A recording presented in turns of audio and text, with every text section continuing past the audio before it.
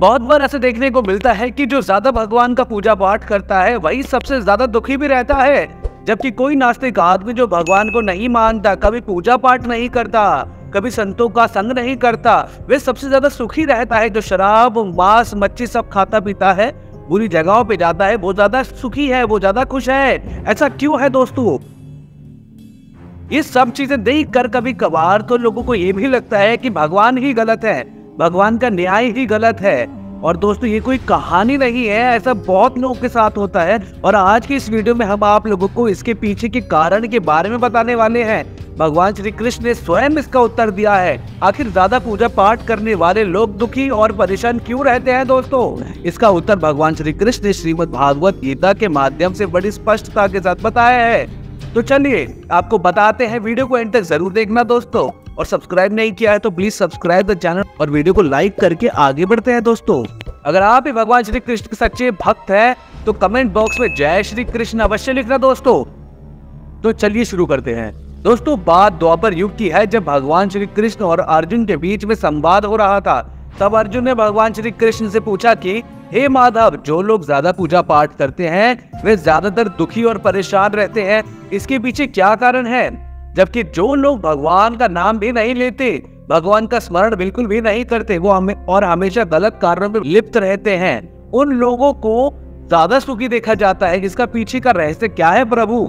तब भगवान श्री कृष्ण ने एक छोटी सी कहानी के माध्यम से अर्जुन को इसका उत्तर दिया। आइए आपको भी वो कहानी सुनाते हैं जो श्री कृष्ण ने अर्जुन को बताई। एक गुरु के दो शिष्य थे, दोनों ही पढ़े लिखे विद्वान थे। दोनों में फर्क सिर्फ इतना था कि एक भगवान को मानने वाला था और दूसरे भगवान को ना मानने वाला नास्तिक था दोस्तों।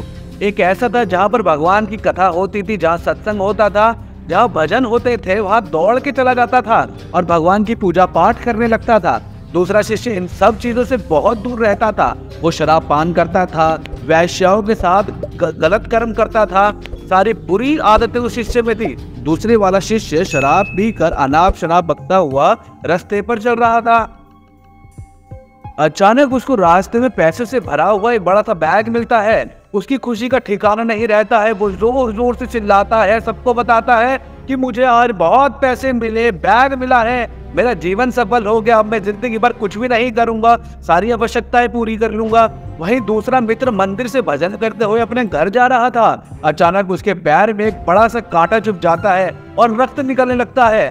ठीक उसी समय वो दूसरा शिष्य भी वहीं पहुंच जाता है और हंसते हुए कहता है, क्यों तुम ही हो ना जो रोज पूजा पाठ करता है, हर रोज भगवान का भजन करता है, तो देखो क्या दिया तुम्हारे भगवान ने तुम्हें। मुझे देखो, मैं कभी मंदिर नहीं जाता और ना ही मैंने कोई भी अच्छा काम किया है। मेरे घर में भगवान का मंदिर तक नहीं है। मैंने कभी अपने घर में सत्यनारायण का कथा नहीं कराई है।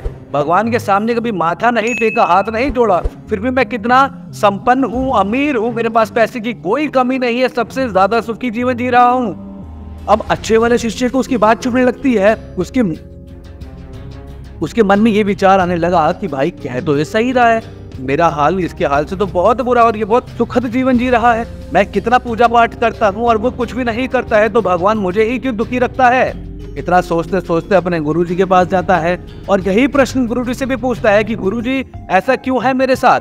तब गुरुजी कहते हैं कि बेटा, भगवान जो भी करते हैं उसके पीछे कोई ना कोई कारण होता है, वो सब कुछ अच्छे के लिए ही करते हैं, इसलिए जैसी योग्यता होती है उसको उसी के अनुसार फल भी मिलता है। और तुम्हारे प्रश्नों का उत्तर तुम जानते हो कि भगवान ने तुम्हारे पैर में ही क्यों डुबाया कांटा और उसको पैसे से भरा हुआ बैग दिया। सुनो बेटा, पिछले जन्म में तुमने बहुत पाप किए थे, इसलिए तुम्हारी आज मौत होने वाली थी। तुम बच गए क्योंकि तुम मंदिर गए थे, तुमने भगवान की पूजा की थी। यही एक कारण है कि तुम्हारी मौत टल गई और सिर्फ एक कांटा चुभा उसके बदले में तुम्हें। और जबकि जो तुम्हारा मित्र है वो पूर्व जन्म में एक संत महापुरुष था, इसलिए उसकी आज किस्मत बदलने वाली थी। आज उसे अरबों रुपए मिलने वाली थी और वो बहुत बड़ी संपत्ति का मालिक बनने वाला था।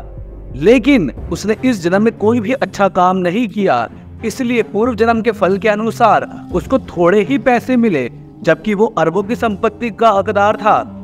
भगवान को दोष देना छोड़ दो, अपने वर्तमान के समय का सदुपयोग करो, भविष्य अपने आप सुधर जाएगा मेरे पुत्र। इस प्रकार उसकी आंखें खुल गईं और वह फिर से अपनी पूजा पाठ में लग गया और भगवान के ध्यान में लग गया।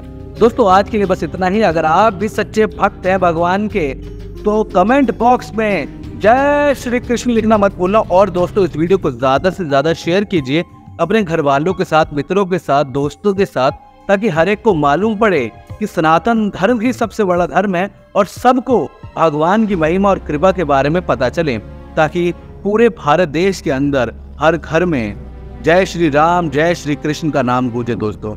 और दोस्तों कभी ये मत सोचना कि आपके साथ अच्छा हो रहा है, बुरा हो रहा है। अगर आप भगवान का नाम लेंगे, अच्छे कर्म करेंगे, तो हो सकता है एक दिन बाद, एक हफ्ते बाद, एक महीने बाद, एक साल बाद, 10 साल बाद, लेकिन आपको उसका फल जरूर मिलेगा, चाहे पेन पेपर पे लिख के रख। फिर मिलेंगे दोस्तों एक और नई वीडियो में, तब तक के लिए धन्यवाद। जय हिंद दोस्तों, जय श्री कृष्ण।